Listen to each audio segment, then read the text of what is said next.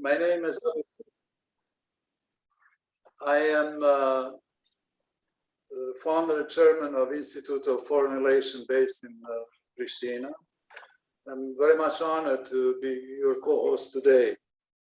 Institute has a clear profile of foreign policy think tanks with aim to contribute to policy formulation, monitoring, capacity building, as well evaluation. We are also engaged on argumentation for need of new recognition for our republic, as well offering arguments for need of mutual defense agreement between United States and Kosovo, because that does not require consent of NATO countries which did not recognize Kosovo yet. And also we do as much as we could to awareness building of need for NATO membership. And also we are supporting process of conclusion of dialogue between Kosovo and Serbia. Most of our work is being done on Chatham House principle.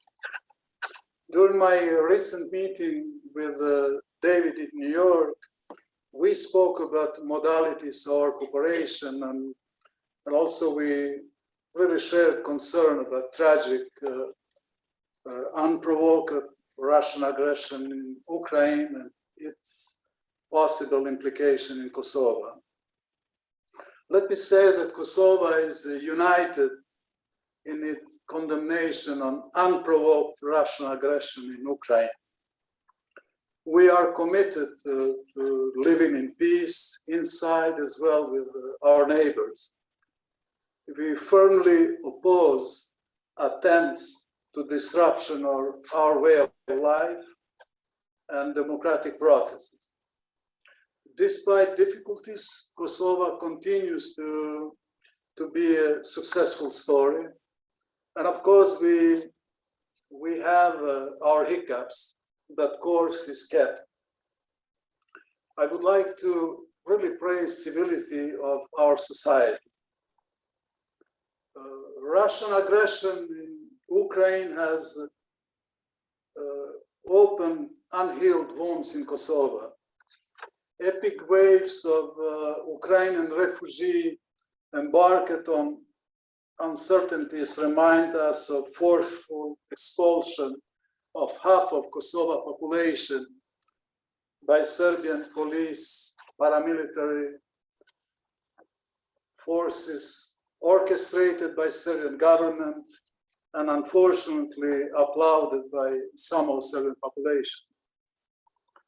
There are similarities in warmongering of Serbia against Kosovo with that before Russian aggression in Ukraine. There is concern about systematic disinformation, the militarization of Serbia, and continued provocations such as the visit of Russian ambassador to Serbian military units near border with Kosovo.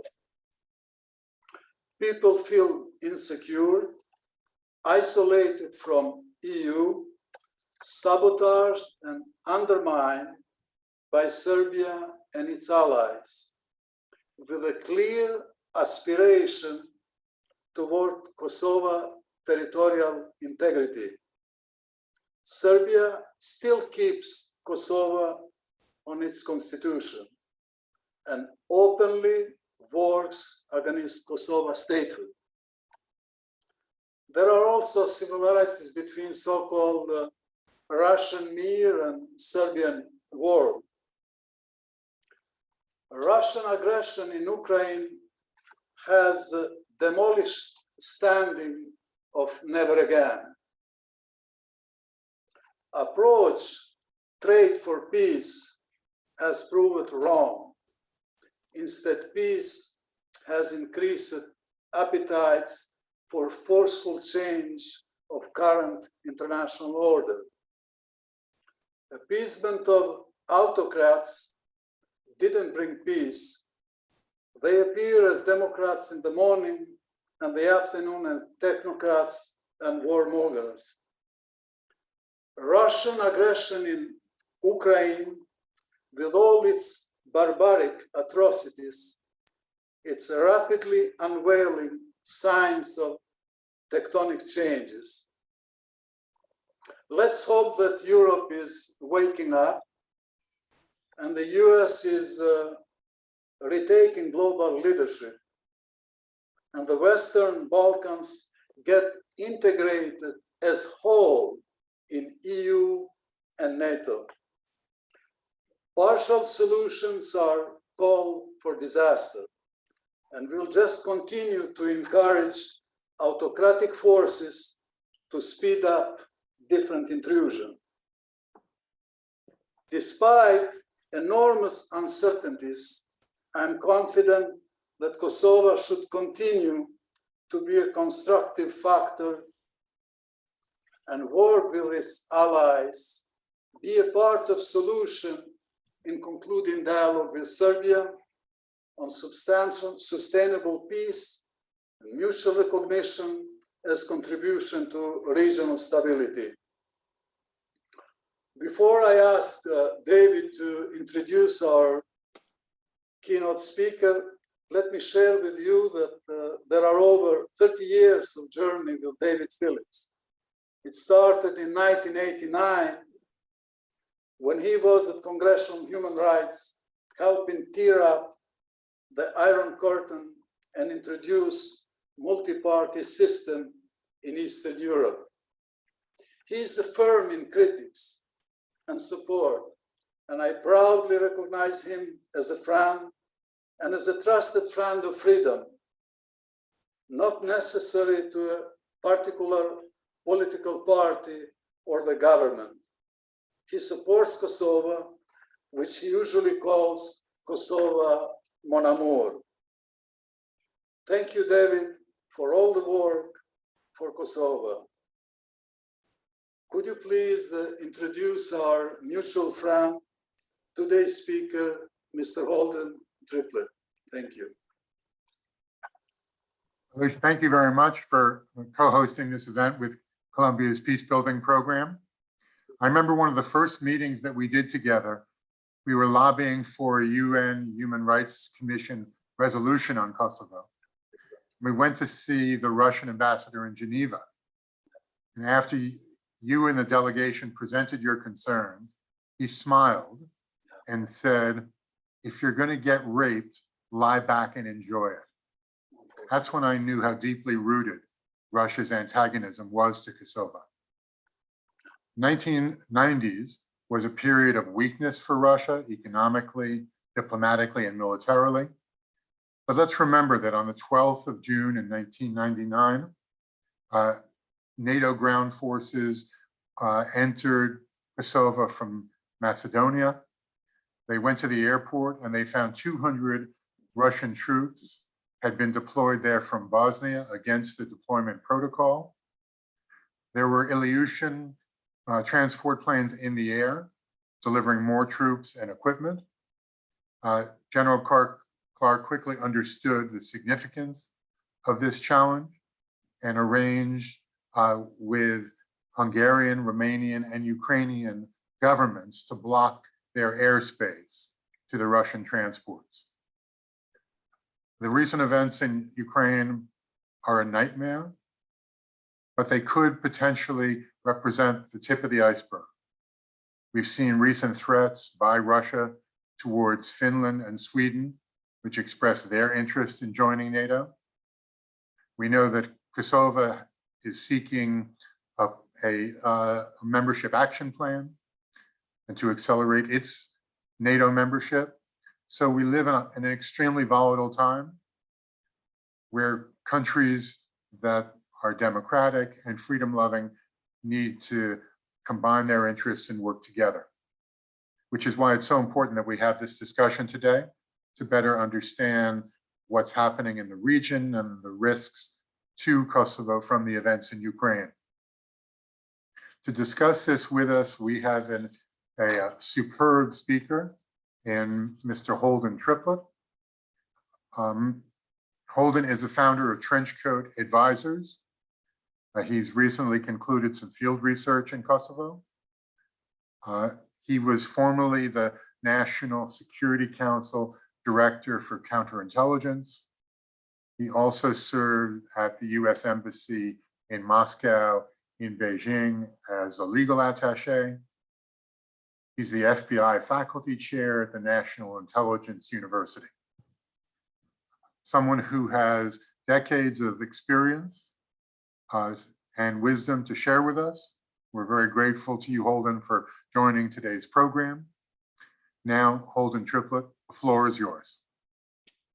Thanks very much. I appreciate the introduction. A lot of pressure. I've got to have wisdom in there somewhere. So I wish I'd known that ahead of time. I'll do my best. Thank you very much, everyone, for attending. I'm really happy to be here. This, as David mentioned, this is a really important topic. It's one that's kind of near and dear to my interests and my heart. And so it's something I feel very strongly about. So hopefully can add some thoughts, thoughtful insight today, but look forward to a question answer and some further discussion afterwards. So let me give you a little bit of a roadmap for what I want to talk about today.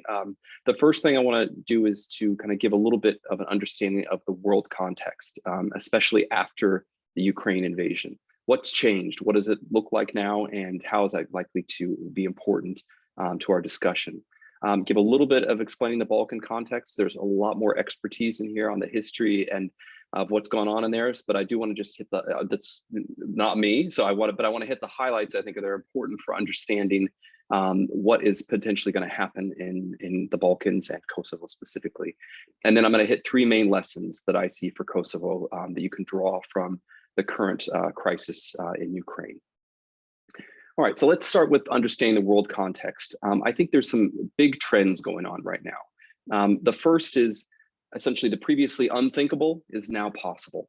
Things that we thought were beyond the pale, that the international community would be able to stop, are now possible. Obviously, I'm speaking of the full-scale invasion of Ukraine. First time that's happened in at least several decades in Europe. But I think it even extends beyond that. It's really sort of an indicator of the state that the world is in. And the second trend, I think, and this may seem a little bit contradictory to what you're seeing, but I do not think that the international community is united. I think they've had some relative success recently, but I think in the long run, I think we're gonna have some problems. And I think it's important to talk about them and to highlight where the issues are going to be. And the last trend, I think, is that domestic issues for each country are looming and are incredibly important. And so it's likely to take the attention of various countries away from what's going on internationally and where they'll be focusing internally. All right, so let's talk about what was the previously unthinkable is now possible. What you're seeing this in many ways after Russia's really brazen invasion of Ukraine. Many countries are feeling emboldened. Iran is pushing back on the nuclear deal and trying to increase their ability to develop nuclear weapons. North Korea is continuing to test missiles and to work with and develop their nuclear program. China is pressuring Taiwan. And there are many others, countries out there, besides these sort of the big four, as we talk about with Russia, Iran, North Korea, and China, who may look to address long-running disputes, be it territorial disputes, be it having part of their ethnic population on the wrong side of a border or historical sort of disputes. They are likely to see this time as the right time to address those, where for many decades, the US and international community has been able to keep a lid on these conflicts. I think that time is past us now. Russia's invasion of Ukraine, while a result of many things, is really only possible because Russia felt that it would face little consequences, or that it could weather those consequences. So I think this is really important. So whether or not Russia was accurate in how they viewed this, many countries share the same view that they're likely to be able to move and essentially change and rearrange the arrangements between them and other countries where they haven't been for many years. Why is this? Well, Russia has essentially been doing this for the last few decades, be it in Chechnya, which is on its own territory, obviously, but some pretty horrific actions there, in Georgia with another country, most recently within Syria. So they have been taking these actions with very little to no consequences whatsoever. And so that was their assumption, that they would face very little. Obviously, that's been a bit of a change for them and they're having to adjust. But I have a belief that they will be able to adjust and unfortunately be able to continue on with what they're doing. The international order is simply not what it was. There's limited bandwidth to deal with the multitude of issues that are out there, many of which are not just geopolitical, new technology upsetting and upturning society, climate change, pandemics, et cetera. The list goes on, but obviously many governments are feeling overwhelmed by what's going on, and they just do not have the bandwidth to deal with all the issues. And so that brings us to the idea that the international community is not united. And I think many of you may be thinking, well, all evidence to the contrary, right, Holden? The EU and the US have come together and, under NATO, and have had some pretty significant, really historical sanctions against Russia. And it's really become, obviously the issue of the day that they're highly focused on. But I think that's for right now. And I have grave concerns that this simply will not last. And part of the reason is that there is much pain ahead, specifically in energy transition. It is very easy for the Germans, for example, to say that they will increase the amount of spending, for their defensive to meet NATO's minimum of 2%, and that they will also transition away from Russian gas. It is very different once their society starts feeling pain for that to continue. It's going to be a multi-year process, and it's likely to cause a lot of issues. The flip side of this is that many countries are starting to acknowledge, you've heard John Kerry, the envoy for environmental issues for the United States, acknowledge that many of the sort of issues of climate change, unfortunately, are likely to be backburnered because countries will need to institute all sorts of other interim technologies, be it coal or other things that are less environmentally friendly, in order to make a transition from Russian gas and oil, which simply Europe and much of Europe is addicted to. Russia, of course, is not without abilities to respond. You've already seen them sort of responding that they need to pay for things in rubles. They've put that out for the moment, but they have lots of other ways to put pressure on countries to reestablish economic ties. Russia produces a number of very important resources, be it oil and gas, of course, but also a lot of rare earths that are used in high technology, creating semiconductors or wind turbines or solar photovoltaic cells. So it is very necessary, even if a relatively small economy as economies go, it is still a very important part of the world economy. And it'll be very difficult in the long run for countries to continue to have no relationship with them. So once the war has been going on for months, and it will go on for months, if not years, the refugee crisis is likely to get even greater. There'll be pressure to go back to normal. And some EU countries are already signaling this, that they are looking to and find ways in order to move forward, and then there's been cracks that have appeared. So far that the coalition has been able to paper over those, but I don't think that will last, unfortunately. And if you think, and when I talk about it going on for years, there's been recent indications on the US side, at least. You had the US Department of Defense speaking with defense contractors, asking them to be prepared, and if they are prepared, essentially to be able to supply Ukraine with weapons for years. So obviously that's not a foregone conclusion. Things can change on the ground and it could end sooner, but you've got the US Department of Defense believing that it may go on for years. The US Secretary of State Blinken also made a similar comment that it's likely to continue at least for all of 2022. So again, while we have 70 plus days now of being able to deal with the issues, as this goes on for months and countries that are feeling that pain, it is possible that the cracks will start to appear in that coalition. It's also important to note that most other countries in the world are not part of that united front. India, Israel, most of the Middle East, much of Asia, Africa are purposely on the fence. They continue to have a relationship with Russia and are concerned about cutting that off for the long run. In the background, of course, there's China dominating the calculations of how to respond to Russia. Just as an example, as many of you might be aware, India buys a substantial amount of its defense technology, its military technology from Russia. And as a result of that, it's abstained from many votes. It has said that it may continue to buy Russian oil and gas, especially if it's at a discount.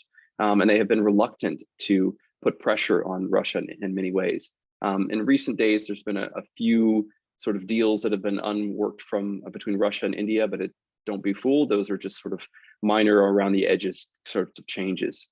The US responded pretty strongly initially to India to pressure them, but has recently backed off. The reason being, of course, is the United States sees India as an absolutely essential partner to confront China. So it's important to think about that as strong of a reaction we had initially, it's going to be very difficult for that to last. And much of the world has not had the same reaction. They simply don't have the desire or capacity right now to confront Russia. And this is largely because, getting to the last trend here, that many countries are internally focused with a multitude of domestic issues. One important one is inflation, which has been exacerbated and perhaps even caused by the Russian invasion of Ukraine. Oil and gas prices have gone up worldwide. The energy is a sort of commodity of commodities, and it's having a cascading effect on prices domestically in the United States and all around the world. Again, this is going to get governments focusing internally and looking for ways to soften that impact. The longer the Ukrainian refugee crisis goes on, the more impact that's going to have in the various countries on its border, especially Poland. Poland has heroically taken many of the refugees into their homes, not just in camps, but as that number continues to grow, as it will, and goes on for many months, that's going to be less and less possible. And so you're going to have major refugee crisis across Europe. France, the US, the UK, and Germany, just to take a few, are heavily focused on domestic issues. At any point could have their attention diverted. Its election season is just getting started in the US. We have midterms in November, and from then, it'll be sort of a 2-year sprint for the US presidential election. So there is a very short window right now in which the US has the ability to have attention on these international issues. But I fear that when the sort of domestic politics get going, that a lot of that attention is going to be focused internally. So this is the state we're in. We currently find ourselves, partially caused by the Ukraine crisis and partially exacerbated by the Ukraine crisis.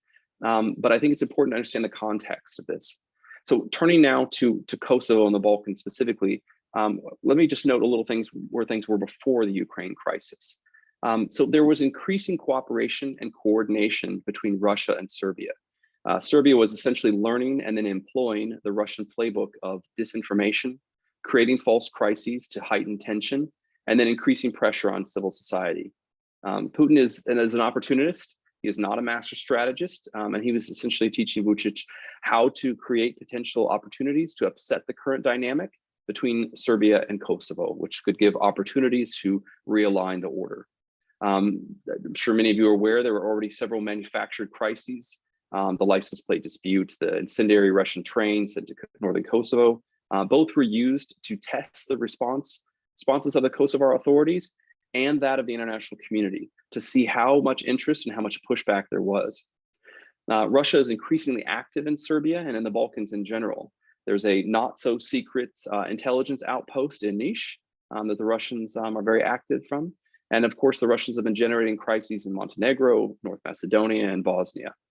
In short, Russia looked to be helping Serbia essentially increase pressure on Kosovo. Now, many worried that Serbia's own little green men essentially might show up in Mitrovica, a town that's largely populated with ethnic Serbs in northern Kosovo.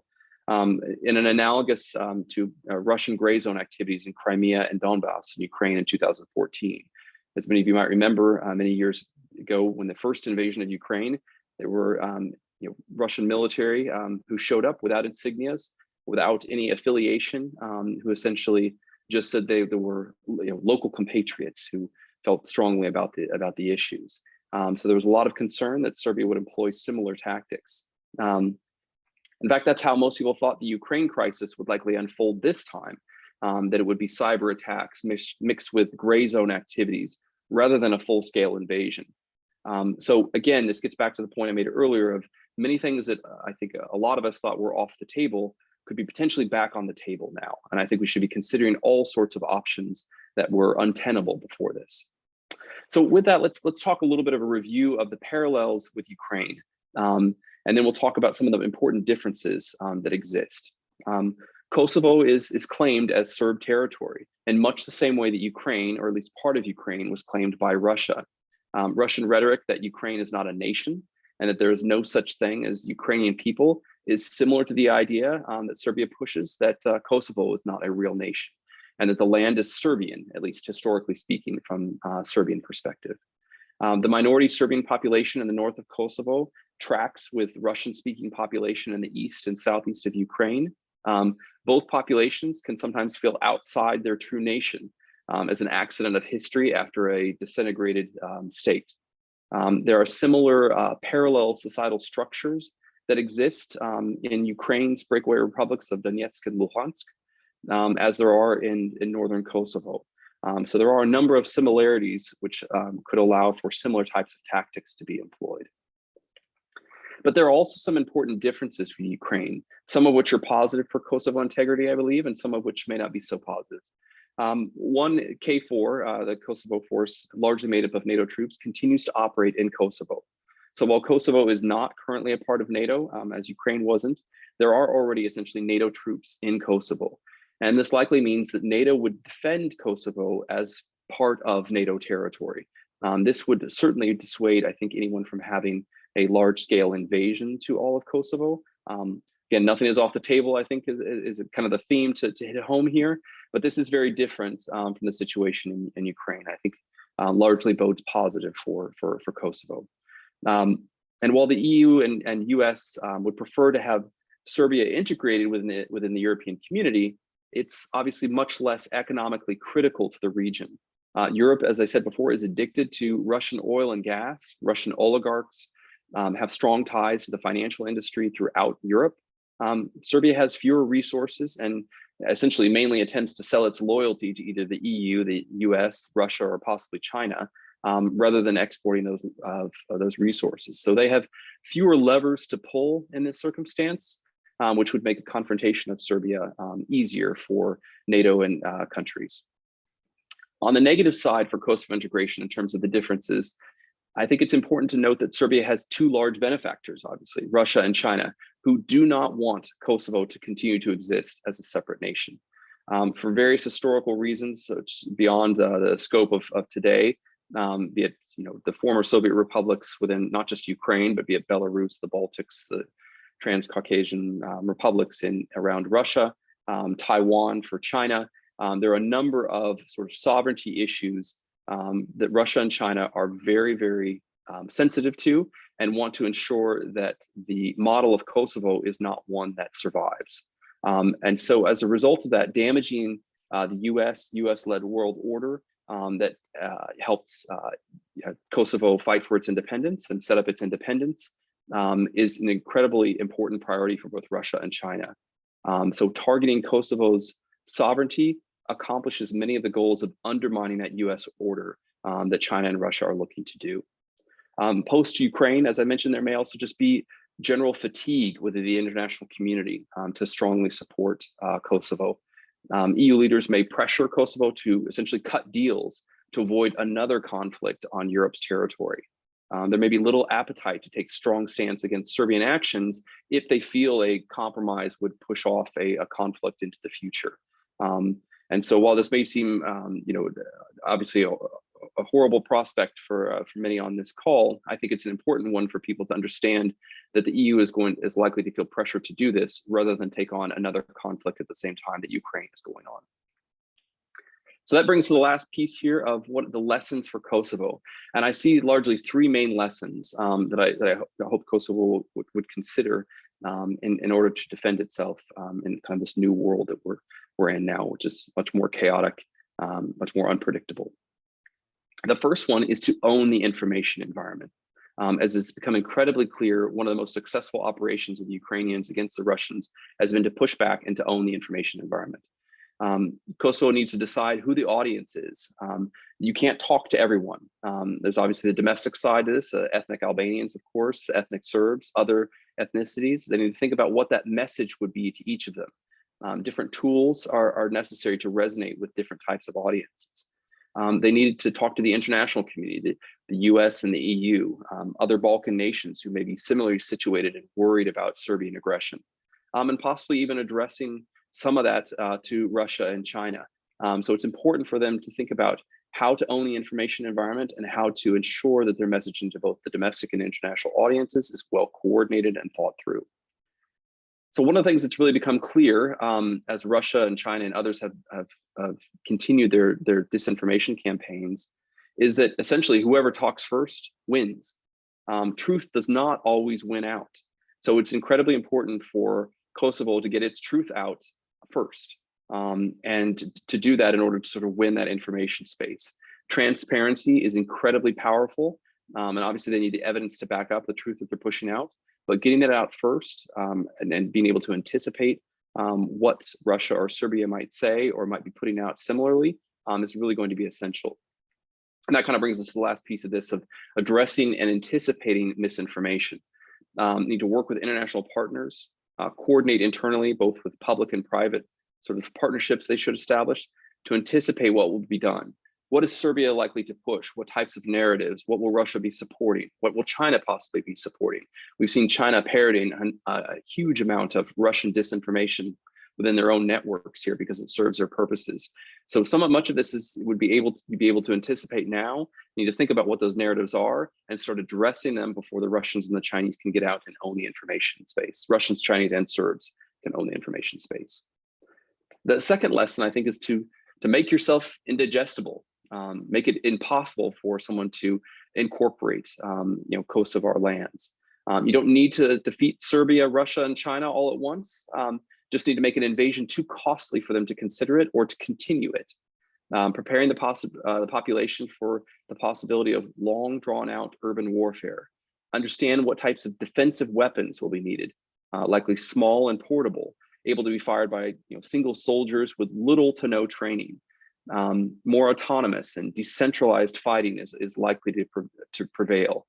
There's been a lot of push to provide Ukraine with very sophisticated weaponry. The issue, of course, is getting that weaponry to Ukraine can be difficult, and the training can be multiple weeks, if not longer, in order to get someone to use it. So again, the perfect weapon system may not be the one that's most powerful or most sophisticated.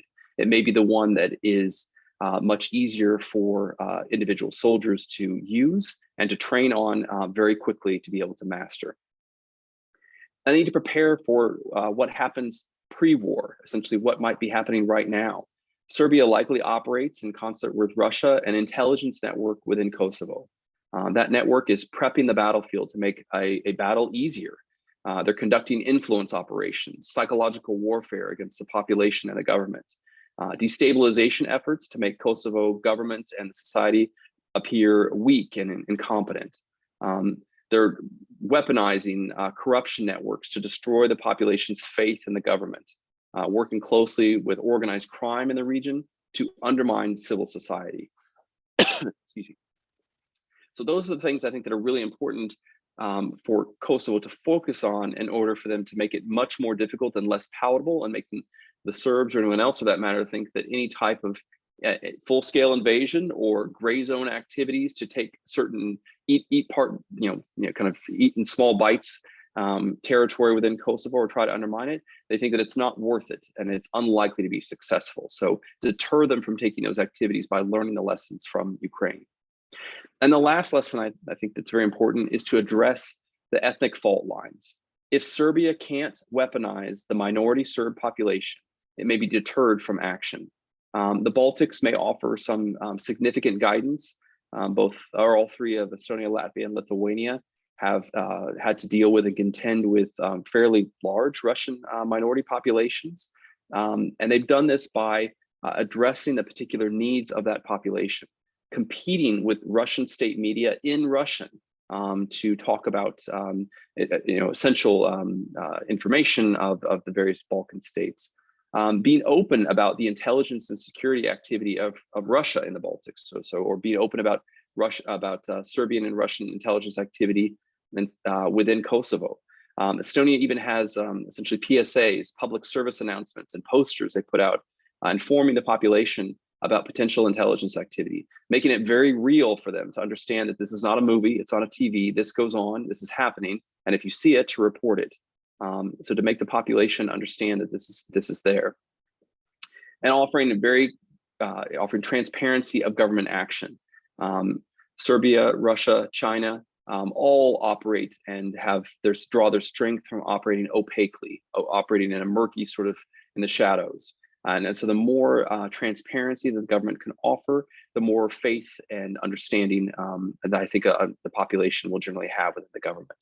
And continue to foster, rather, and double down on Kosovar identity that is independent from ethnicity, and working closely to ensure that all members of the society feel like they are part of the government. So that is, again, Serbia is not able to weaponize any particular ethnic group. And then finally, addressing the economic needs of the minority population, essentially making life better for Serbs in Kosovo than in Serbia, more opportunities for the young, so that they see a future for their children in Kosovo rather than across the border in Serbia. So I'll stop there. Thank you very much for your attention. I'm happy to address any questions or to move to just general discussion. Thanks very much.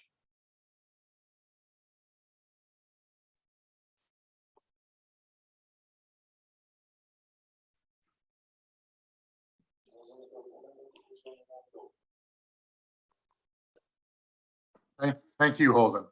Alush is going to moderate the question and answer and discussion. Okay, great. Using the chat and the Q&A features. Alush, do you have questions from the audience?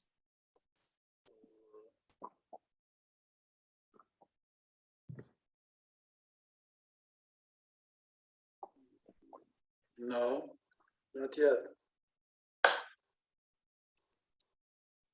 Alush, why don't you ask the first question then?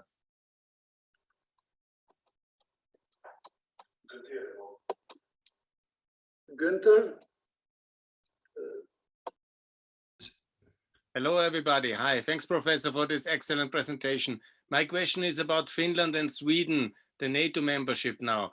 Wouldn't it be possible to make a bigger package and also invite Kosovo and Bosnia and also my native Austria, because that would be the perfect settlement to be a bit courageous and make a big round of enlargement. Thanks a lot. Thank you. I think that is certainly something would be wonderful in terms of guaranteeing security. I think that Finland and Austria, obviously they're going to have to put it to their populations the way that it works to make sure that they, I'm sorry, Finland and Sweden put it to their populations to make sure that they are voting for joining. Obviously each country may have a specific sort of methodology in which they want to do that. But I think, certainly for Finland, Austria, and Sweden, the EU, NATO would be obviously very open to that. I think that both are in a current state where they could join. With regards to other republics, be it Bosnia or Kosovo, and for joining, obviously, I think that is in the plan and in the cards. But there are a number of things that have to be met and conditions in order for that to happen within NATO. And as I understand it, that is something they're absolutely working towards. And perhaps under the circumstances that could be accelerated. Again, we don't want the sort of pursuit of the perfect to be the enemy of the good. And so even if the countries aren't in a perfect position to join them, I think it's absolutely something that could be accelerated at this point. The other side to it, of course, is I think that while I may agree with that, I think there's going to be a lot of concern that at this point that is essentially just going to seem like a pouring gasoline on the fire. Obviously, Putin has made not just Ukraine, but NATO in general. And if you watch Russian state TV and propaganda, they're heavily focused on NATO as the ultimate enemy here that they want to dismantle and undermine. And so adding members to it right now could make it essentially sort of exacerbate the crises. I personally don't think that is something that we should be concerned about. That Russia should have a veto power over this, or anyone else for that matter. But I do know that there is probably a number of NATO states who would be worried about doing that. So I'm dubious about the ability of additional ones in the Balkans right now to come into it. But certainly Finland, Sweden, and Austria. I'm not saying that that's fair. I think that's just the sort of realpolitik of the moment. Thank you. Thank you, Holden, for sharing with us Kosovo's desire to join NATO is on the agenda of all political parties, not now, just the last 20 years. But it's not secret that recently the desire for security has really become like bread and butter. It's a real issue. Well, we are trying to explore the ways to bring stability to the region. And knowing that for NATO membership, we still have 4 NATO EU countries who have not recognized Kosovo. And while NATO is providing our external security, they have a neutral position regarding status and other activities.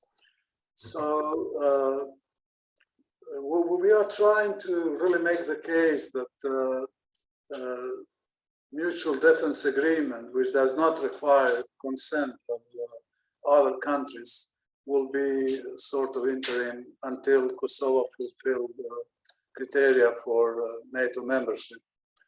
And secondly, there is a dialogue among us to explore possibilities, and that we have shared also with members of Congress and Senate to transform Bonn still as a permanent US base in Kosovo.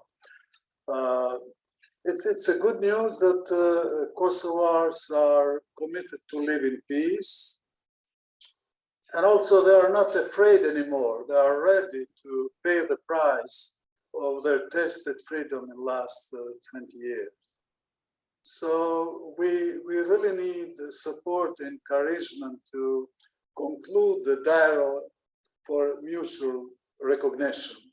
We are more attracted to peace than getting ready to new conflict and new war, because most of our victims are still being spent on different graveyards, different commemoration. We have still mass graves which are not really open yet, here in Kosovo as well in other parts. So do you see the possibility of mutual defense agreement? I think, I mean, in many ways that where I originally said, I think, all things are on the table now, and I mostly focus on kind of the bad things that could happen. I think it also works the other way, is that, so yes, I mean, I think all things are potentially possible at this point. Those countries that have not, NATO member countries that have not recognized Kosovo, many of the reasons they did that was concerns about, Russia's reaction to that. Some of those may have changed. That calculus may have changed. It's also, recognition of Kosovo by, multiple countries and, integrating it into the NATO is another sort of response that NATO could, if Russia continues to double down and gets more aggressive, is another way to respond in order to, to Russia, to show that essentially that, NATO is not going to be kowtowed into, Russian demands. So I don't mean to make it sound like Kosovo is a pawn to be used by NATO vis-a-vis Russia at this point. But I do think, a lot of things are on the table where people thought, well, it's fine to leave it in this sort of, ambiguity or ambiguous situation where, it's defended by NATO. So probably, and de facto is almost, going to be treated like NATO territory and how it's defended. But not actually a piece of it. There may be room now to push for a new kind of arrangement, which is much more sort of normalized, right? Where there's more NATO nations have recognized Kosovo, and that it could be integrated when all the criteria are met.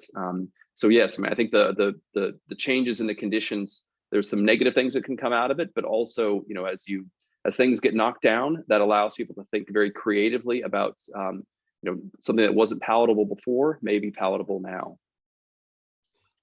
Well, we are the countries which have not recognized Kosovo. We don't have any open issue with them, and they have no open issue with us. So formulation is that they will consider recognition after we reach agreement, and for reaching the agreement, both sides should have real will to agreement. So in some way, it's sort of veto power is given to Belgrade. If they don't want to reach the agreement, then those countries could not recognize us. We have, with some of those countries which have not recognized us, we have really very cordial relation, just short of recognition. For example, with Greece, we have more activity with them, with some of the countries who have recognized us, but because of the principle which they have set up, and I would not even exclude that facilitators would not be very happy if some of those countries will start recognition. So, and make sort of unhappy one of the parties in the dialogue. So I believe that current crisis should wake up all of us that we should not be slow in action. There is a still chance to really make it right instead of continuing for wrong. Because what is happening now in Ukraine, it started on Munich's conference in 2007 when President Putin said, well, no, we go back as before. And then in 2008 and 10 and 2014. So it was known that it's coming. I visited Kiev in 2017, working with Crimean leadership in trying to collect the data, evidence, and atrocities. And on the way back, people really did not want to hear it. So I hope that this time we will all learn and be more active and facilitate more peace than cultivate conflict. Yes. Absolutely. I mean, I think I agree with what you said. The world is in flux right now, and things are much more dynamic than they ever have been, and certainly in at least 3 decades. And so there could be many opportunities, positive opportunities that weren't obvious beforehand. And so I think Kosovo or any other can if it's agile and is looking to seize those opportunities, may be able to advance its interests because of the changed environment, right? Things were kind of frozen because everyone thought things were going to be fine and they kind of incrementally move along. But there may be sort of new impetus with the idea that, look, the world's changed. We may need to take much more dramatic action in order to protect our interests. May I perhaps also ask a question? So I first would like to thank you a lot, because that was a very comprehensive, I would say, presentation of the kind of multipolar developments that are happening now. We were witnesses of the kind of delay in action. Rather, it was a reaction of the European powers in the United States to sanction Russia just after it began invading Ukraine. So one lesson that we could draw from this perhaps would be a good idea. So instead of perhaps proposing, maybe it would be better to ask, would it be better for United States, UK, and other European countries to consider now beginning to put some sanctions in place against Serbia, given that it has been arming itself in the last 3-4 years with at least $4 billion from Russia and China, given that it's invested in mainly military equipment from these two countries, and that it has continued to, so to say, invest in its propaganda and also in inhabiting the relations and developments in the neighboring countries. So I would say that perhaps there is sufficient evidence that Serbia has and is not moving towards European Union, but quite in the contrary. So Is this a possibility that UK, US begin to consider this or begin to do it instead of waiting for a war to happen in Kosovo? That's the first question. And the second one would be, we in a way see that United States it has to shift its focus in the Far East, given the developments in China and the region out there, and given the economic interests that the players have. So if UK and US would have to shift their concentration, their focus away from Balkans and from Europe, as it seems, France will react, as we can expect.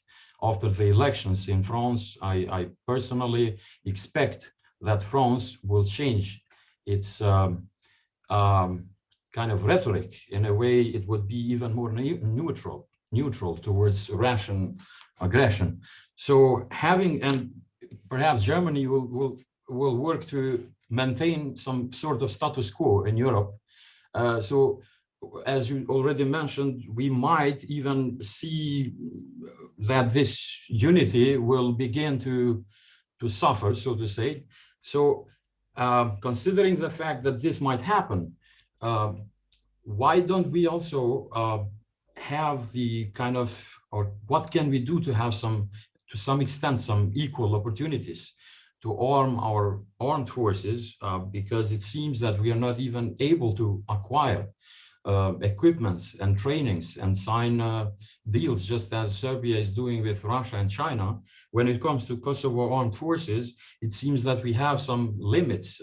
I know that it has not been fully accepted by the international community and organizations, but still it has been accepted by most of the countries we are interested in cooperating, be it economically, politically, or with armed or in the defense sphere, so to say. So if you want, I would rephrase once again, is it possible to put sanctions in Serbia before it becomes too late?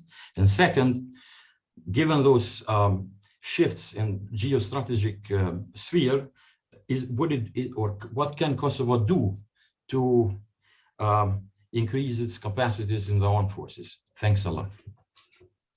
Sure, those are great questions.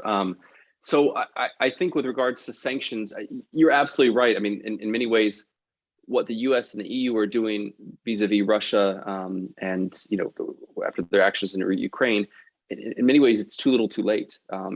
Russia's had time to essentially inoculate itself against these types of sanctions, and these are things that they should have put pressure on the oligarchs and others years ago, right after the first invasion in 2014.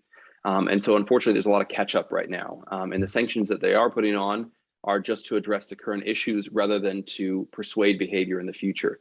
So I think from a standpoint of like, how do you encourage Serbia to look to Europe as its home and to integrate and to be a part of the community there, and that includes sort of making peace and having good relationships with all of its neighbors, including Kosovo, and to stop playing games with Russia and China to up its status. I think that many countries in the EU and the US should be thinking about how to do that. Unfortunately, I think the chances of them doing that are very low. It's the right course of action, I think, to deter Serbia sort of trying to continue to throw its loyalty or sell its loyalty to the highest bidder, and so that it can improve its position within the Balkans. But I unfortunately don't believe that there's a lot of, again, getting back to the previous comments about the bandwidth and the ability to focus attention on this. And so I think, unfortunately, when these types of issues happen, people tend to look very, what is in the immediate future that they can handle, rather than looking long-term strategically. It tends to shorten their vision. And so, sort of answering the first question, maybe I can kind of bring it into the second. So I think the chances of those sanctions are low, unless Kosovo or anyone else could tie those types of actions to something that is immediately going on right now, right? So if there is a way in which pushing back on by sanctioning either Serbia or arming Kosovo or some other type of action would help the US or the EU push back on Russia or China or deal with the current crisis and would help today, then I think that's something that is absolutely possible. If people are trying to get the US and the EU to look long-term and what's in their interests, and whether or not, and then essentially put resources on worrying about the long term, I think that is highly unlikely to happen, unfortunately, at this time. So again, trying to tie in what is the immediate sort of jostling that is going on between the US and Russia, and how Kosovo might, have its interests supported or expressed as a response by the US to Russia, I think that's entirely possible, and that might be something as a way to kind of find a third way to kind of to highlight Kosovo's interests or strategic value.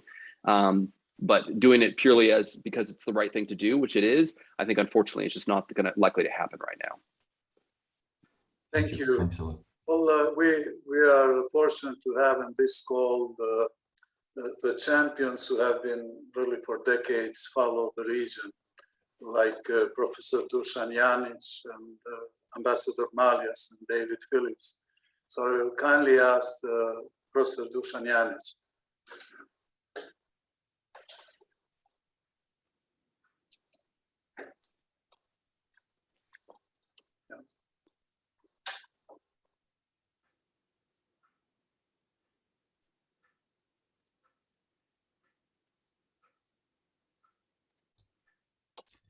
You are mute. Unmute yourself, please.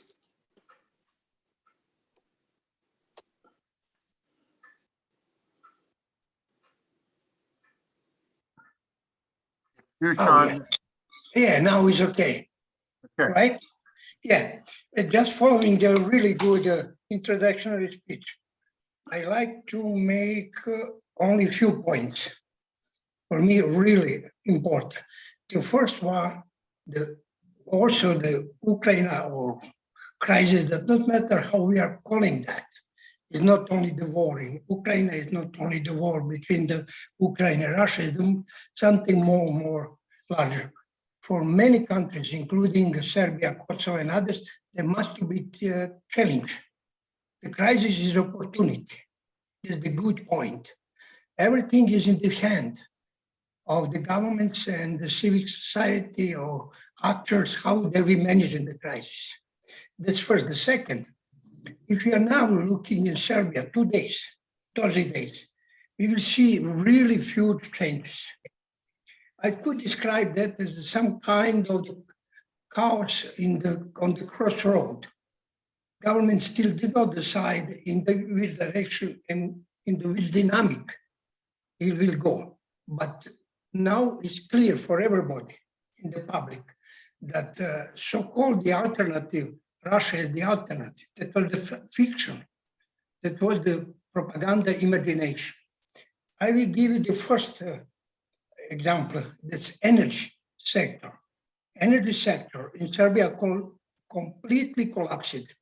Talking about the property rights.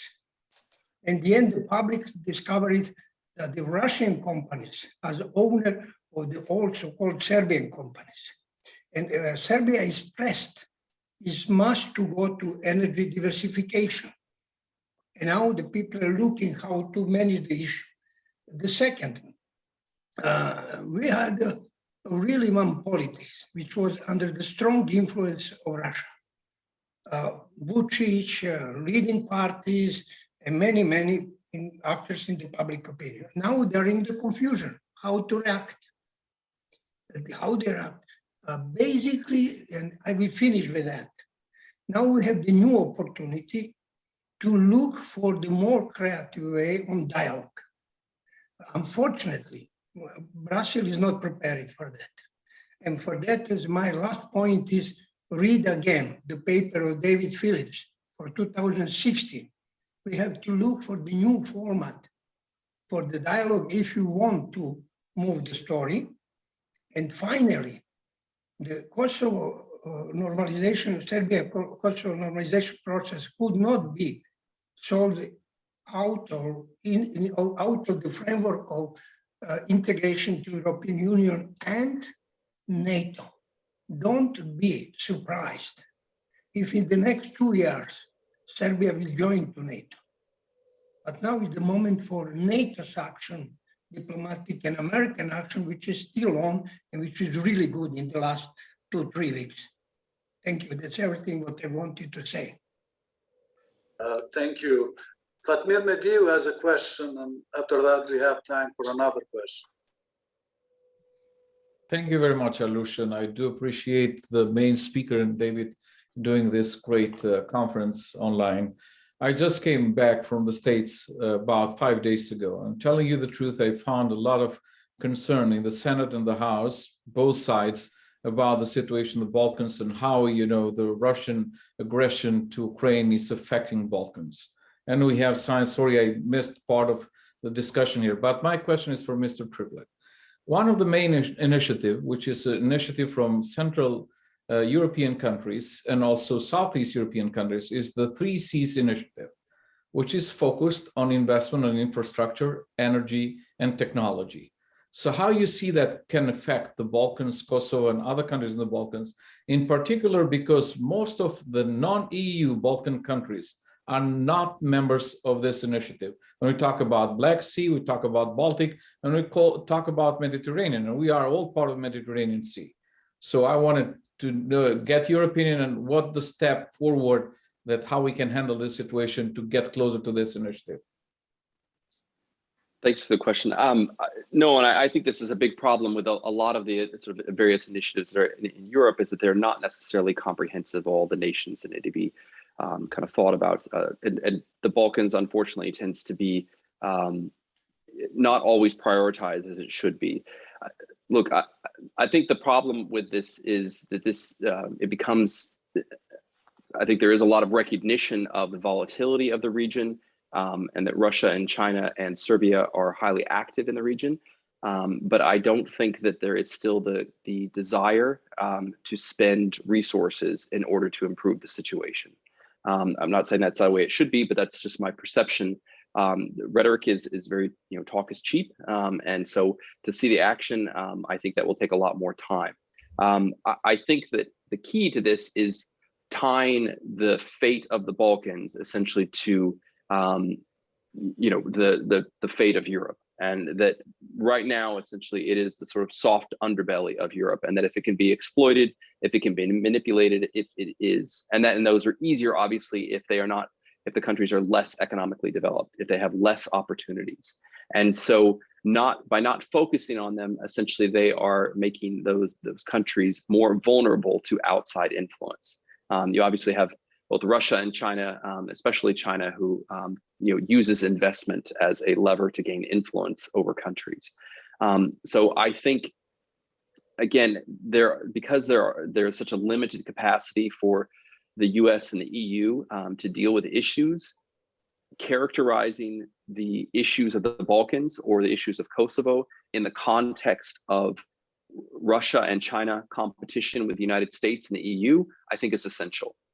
If you don't tie those together, I just don't think that the interest level will be there, unfortunately. So tying them together and making them clear about how essential economic development of the region is, integration into the various, be it NATO or the EU, how essential that is in order to push back on Russia and China, I think is the key in order to get interest and to get long-term interest in the region. Thank you, Holden. There's a question from Skender Husseini and a comment from David Phillips. Thank you, Alus. Hi, everybody. Hi, David. Well, actually, I don't have a question. I just wanted to pick up on a few points Mr. Triplett made. I can say that I do completely agree in most of its part. I do, though, want to underscore that it's about time for cessation of the so-called policy of deliberate ambiguity when it comes to positioning of the West in general towards Serbia and towards Serbia's very typical classical policy of ambiguity. On the one side, Serbia pretends to maintain and solicit as much support as possible from the Western nations, but at the same time, Serbia keeps the so-called neutrality towards what's going on in Russia. It's not neutrality. In fact, Serbia is backing in most of its part the Russian stance on Ukraine, although silently. But this should be an alarm for the West and Western nations to simply stop with the policy of way too much understanding towards Serbian positions. Serbia is playing the game perfectly so far. They give a vote for a few UN Security General Assembly resolutions that effectively mean nothing, and they are not binding.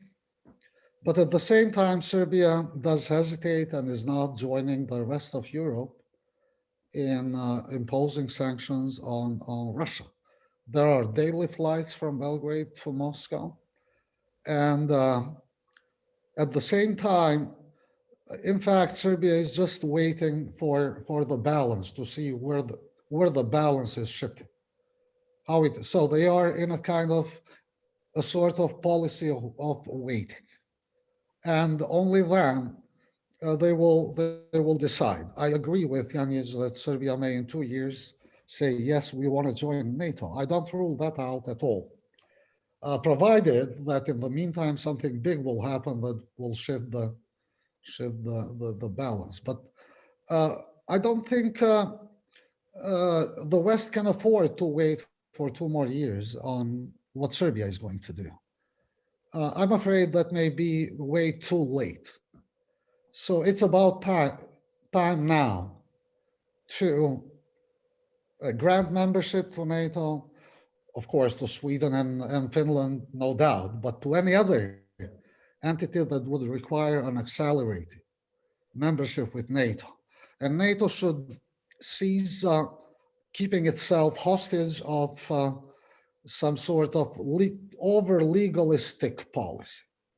You know, rules are made by people, and you cannot allow a tiny, with all due respect, a tiny member of NATO impose its policies over the whole of the NATO when it comes to membership of Kosovo, for instance. I don't see any war coming soon between Kosovo and Serbia. At least I belong to the group of people that does not see it coming soon, because that would be a horrific war.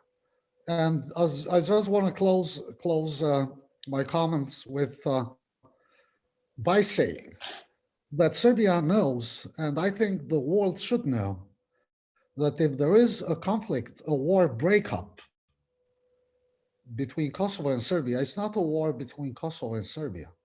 It is going to be at least a regional war, but the fiercest in the part of between Serbs and Albanians as a whole in the Balkans. It's not a contest between Kosovo and Serbia alone. Basically, it's a historic contest between Albanians as a whole and Serbs as a whole. So it's much more complex than as we see it today. And the second point I wanted to just agree with you, Mr. Triplett, was a sort of axis in the making. Russia, China, Iran, Syria, maybe even Venezuela. And let's not also ignore the Pacific. What the Pacific may turn to be in a near future between China and the United States. Thank you. Thank you, Skender. David? Thanks very much, Alush. I'll say a word of conclusion before thanking Holden Triplett and you. Some important points were raised in the presentation and the discussion. the importance of closer cooperation between Kosovo and NATO. This takes the form of an accelerated membership action plan. Also, the transfer of weapons to Kosovo of a defensive nature so it can deter any kind of cross-border aggression. I like the idea of making bond steel a permanent facility. And I think this is something that we should all be discussing with our friends in Washington and congressional contacts. I hope, Fatmir, that you're able to raise this with your friends in the House and the Senate. And secondly, and lastly, is the need for the government of Kosovo to take some of these recommendations to heart. Holden's given us a roadmap of what can be done to counter Russia's malign influence operations, to strengthen civil society. And the government of Kosovo should pay very close attention to counterintelligence strategies. And I hope that the presentation that you made, which has been recorded, can be shared with people in the government so they can think strategically about their roles and responsibilities. I also think it's important that Albania itself get on board and that there should be closer cooperation between Kosovo and Albania as a kind of united front against Eurasian influence. So I would hope that the discussions that Holden is having with both countries can result in real steps and formal agreements. We're so fortunate to have had the opportunity to hear from Holden Triplett. He brings decades of experience to this discussion, working in the counterintelligence field. The fact that he's been to Kosovo recently means that that knowledge isn't abstract, it's highly personalized to Kosovo's requirements. And this chance today, Alush, to speak with you and your audience is a great opportunity to listen, to learn, and to take action. So I'd like to thank you, Holden, for giving us a very lucid presentation. Alush, I want to thank you and the Institute for hosting and organizing this. And of course, everyone on this call knows that they can rely on Columbia University's continued cooperation and partnership. We've been doing it for more than 30 years. I hope it doesn't take 30 more years, but we'll be with you for the long haul. Yeah. Thank you, David. Thank you. Thank you, David. Thank you, Alush. Thank Alush, you want to say a word of closing? Well, I'm really grateful and honored for this unique opportunity to learn and share with all of us. And I thank you all participants until the next meeting. We really believe that there is a chance for peace and to avoid the war. Thank you. Thank you all. No problem.